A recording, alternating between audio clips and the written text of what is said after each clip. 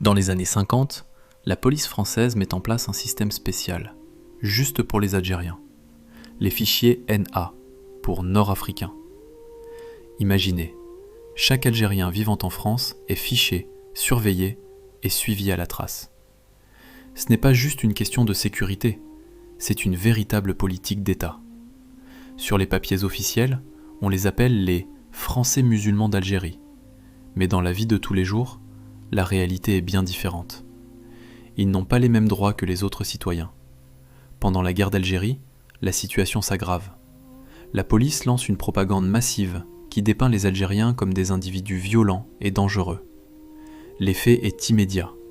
Les employeurs deviennent méfiants, les propriétaires refusent de louer leurs appartements et une peur s'installe dans la population.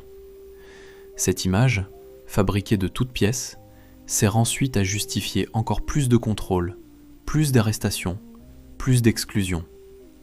Même après l'indépendance de 1962, ces pratiques discriminatoires persistent dans de nombreux commissariats et administrations. En fait, la France a elle-même fabriqué la méfiance et la marginalisation. C'est l'État qui a alimenté cette propagande négative pendant des décennies. Alors aujourd'hui, quand on entend que les Algériens posent problème, il faut se souvenir de cette histoire. L'histoire d'un État qui a construit l'image de l'ennemi intérieur. Si vous voulez en savoir plus sur les pages oubliées de l'histoire, n'hésitez pas à vous abonner.